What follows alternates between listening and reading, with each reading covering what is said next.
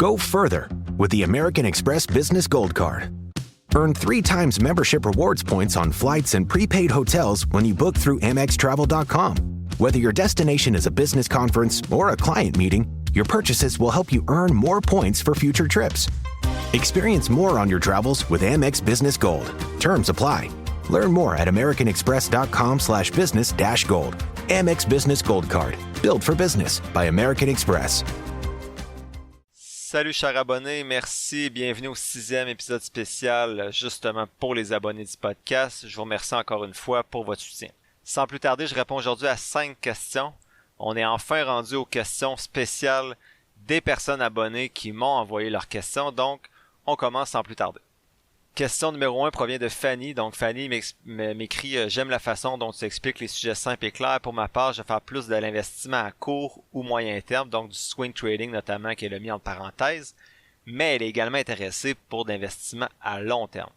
Elle dit qu'elle s'est abonnée pour différentes raisons puis qu'elle apprécie en fait la charge de travail que ça représente, donc elle dit merci pour les podcasts. Bref, elle me dit que le côté fondamental lui semble très complexe et vaste, puis qu'elle trouve que je semble bien naviguer dans cette sphère-là, donc elle me pose la question, comment faire pour trouver des compagnies qui ont du cash flow? Donc pas du free cash flow, mais du cash flow.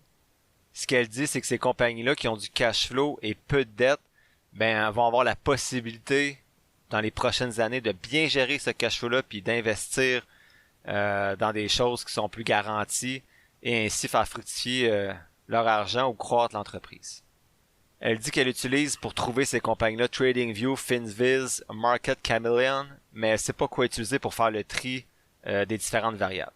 Elle me demande de mon côté qu'est-ce que je ferais pour trouver ces compagnies-là. Donc, ils ont un bon cash flow et peu de dettes. Elle disait merci pour les documents que je lui ai envoyés et bonne journée. Donc, merci Fanny pour ton abonnement et merci surtout d'écouter le podcast.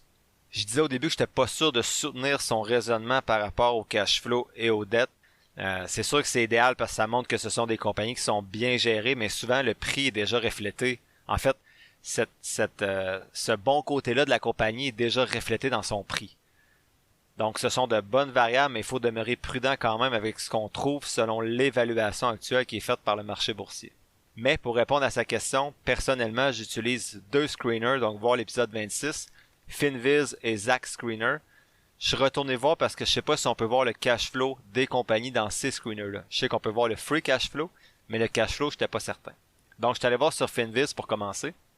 Et sur Finviz, mais la dette est facilement accessible dans l'onglet Fundamental avec des variables comme le debt divisé par l'equity, donc debt equity, le current ratio, le quick ratio et le long term debt divisé par l'equity. Donc, je vous dis ça en anglais parce que c'est en anglais sur le site, là.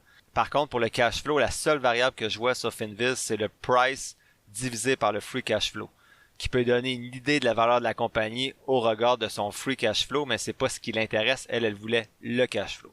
Donc, Finviz sent pas le screener approprié pour trouver les informations que Fanny cherche.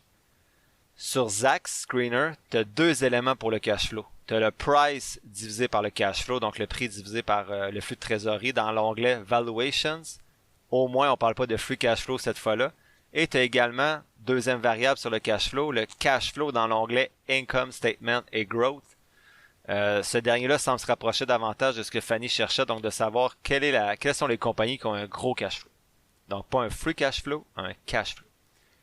Je disais également que sur Zacks, tu pouvais également trouver d'autres éléments intéressants sur la dette dans l'onglet Balance Sheet, dont notamment le Current Liabilities et le Long Term Debt, et dans l'onglet Liquidity et Coverage, quel anglais. Donc, pas mal tous les ratios disponibles, finalement, sont là pour la dette, là. Donc, il y a beaucoup d'informations sur Zacks Screener. Donc, personnellement, je pense que Zacks Screener permettra à Fanny de répondre à ses attentes.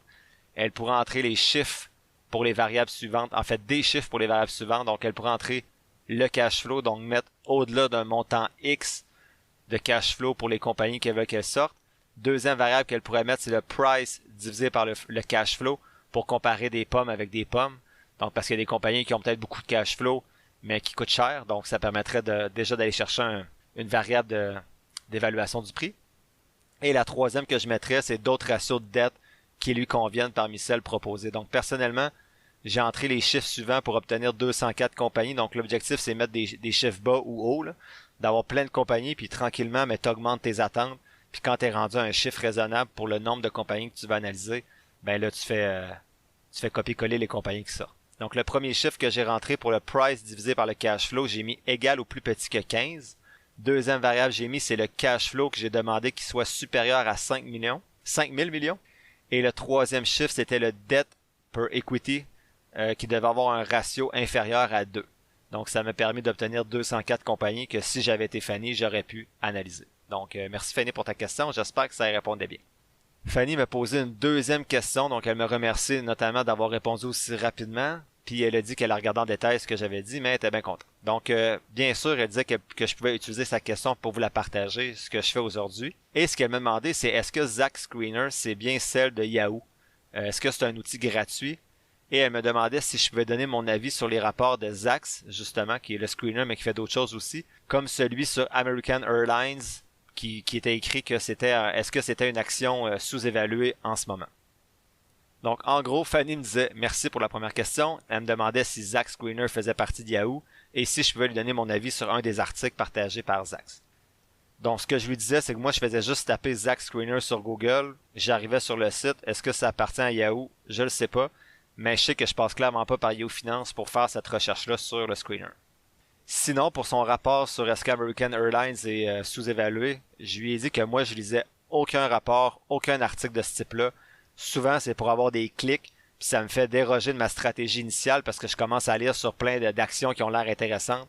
Donc, la seule chose que je prends dans les podcasts, les vidéos ou les articles que je lis, c'est des idées de compagnies à analyser, mais ensuite, elles vont toutes passer dans mon outil, peu importe si Zax ou d'autres personnes me disent que c'est l'aubaine de l'année. Au début, je les lisais, ces articles-là, puis je me rends compte que 99,5% c'est vraiment des stats sur le fly, là, de leurs recommandations, entre guillemets, sont fausses. Ils en font tous une tonne, donc Motley Fool, Simply Wall Street, etc. Mais ils ne reviennent jamais sur leurs prédictions, ou juste sur celles qui ont fonctionné. Donc il y a 99% de leurs prédictions qui ne reviennent jamais sur celles-là, puis la plupart de celles-ci n'ont pas fonctionné. Donc non, je lis pas ces articles-là, donc je peux pas te donner mon avis malheureusement. Mais merci quand même pour ta question, très pertinente je pense, pour les abonnés qui écoutent l'épisode.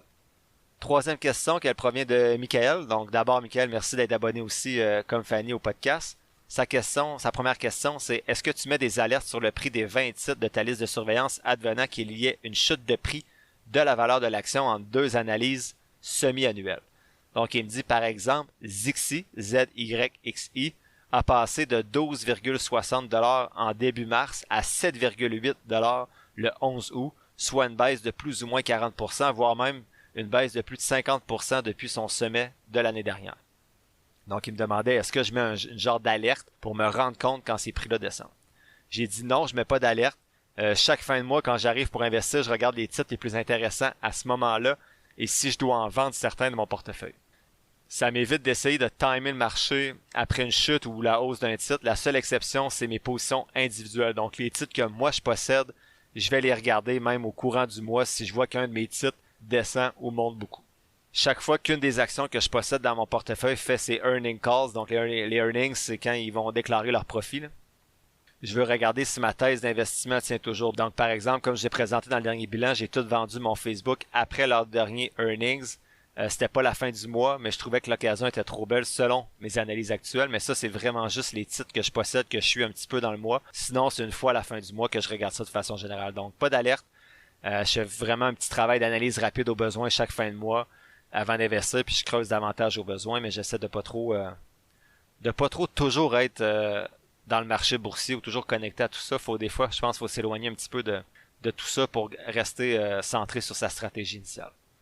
Question 4 de l'épisode et la deuxième question de Michael. Il me demandait comment tu sélectionnes les compagnies qui vont être analysées dans tout le lot de celles disponibles aux États-Unis et au Canada. Donc il me disait, je vois dans le tableau seulement qu'il y a plus ou moins 150 compagnies que moi j'ai analysées en mars par exemple et que j'ai analysées cette fois-ci en septembre, peut-être 200. Visite les milliers de possibilités qui existent sur le marché boursier. Donc, je disais que j'en parlais un petit peu dans l'épisode 26, puis ça revient à ma réponse à Fanny aussi dans une certaine mesure, là, mais j'utilise deux screeners, donc Finviz et Zack Screener. Les deux sont différents, mais ils se complètent bien. Je vais juste vous les épeler là, parce que des fois mon anglais est pas parfait, mais Finviz, c'est F-I-N-V-I-Z. Donc t'écris Finviz Screener, donc S-C-R-E-E-N-E-R. Sur Google, tu vas tomber dessus. Puis l'autre, c'est Zax Screener, donc Z-A-C-K-S. Espace Screener sur Google. Donc les deux sont différents, mais ils se complètent bien, comme je disais. J'utilise habituellement un des deux en premier, puis je rentre les variables intéressantes selon mon outil. Ils sont pas toutes disponibles sur les deux plateformes, donc il y a certaines variables qui sont disponibles sur Finviz et d'autres sur Zax. Il y en a qui le sont sur les deux. Donc les résultats obtenus peuvent être différents avec chacun des screeners. Je retiens une centaine de compagnies dans le premier, puis parfois 50 dans le deuxième, si certaines compagnies se faufilent à cause de variables différentes. Donc j'en ai essayé un aussi dernièrement dans ma dernière analyse de septembre qui me semble plus intéressant que les deux autres. Donc il semble combiner les avantages des deux autres. J'ai peut-être trouvé le saint graal du stock screener gratuit, qui sait, mais il permet aussi d'analyser les actions du Canada, les entreprises du Canada. Donc c'est Stock Analysis, donc S-T-O-C-K-A-N-A-L-Y-S-I-S. Donc t'écris ça sur Google, Stock Analysis, Stock Screeners, puis tu devrais tomber sur ça. Donc je vais tout de même continuer d'utiliser les trois en alternance, le minimum 2 chaque fois pour essayer d'avoir une bonne diversité. Sinon, au-delà des screeners, je regarde aussi le site Dataroma, donc D-A-T-A-R-O-M-A, pour voir c'est quoi que les plus grands investisseurs ont acheté dans les 6 derniers mois, et aussi ce que les insiders, donc les gens qui ont des parts privilégiées dans les compagnies ou qui font partie de certains exemples du comité exécutif de l'entreprise, mais voir eux aussi ont-ils acheté ou vendu certaines actions de leur compagnie. Et enfin, j'ai quelques titres ici et là accumulés durant l'année selon mes écoutes de podcasts ou certaines lectures que je vais analyser aussi lors de mes 2 analyses dans l'année. Donc au total, comme vous le savez, j'essaie d'analyser environ 200 compagnies 2 fois par année, donc entre 300 et 500 compagnies par année.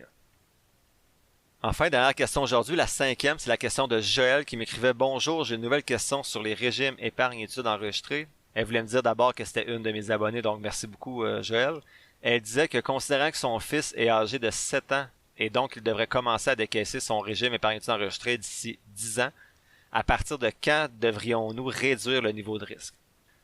Donc, je rappelais à Joël que je peux pas prodiguer de conseils parce que ça dépend de sa tolérance au risque et que je suis pas un expert de toute façon.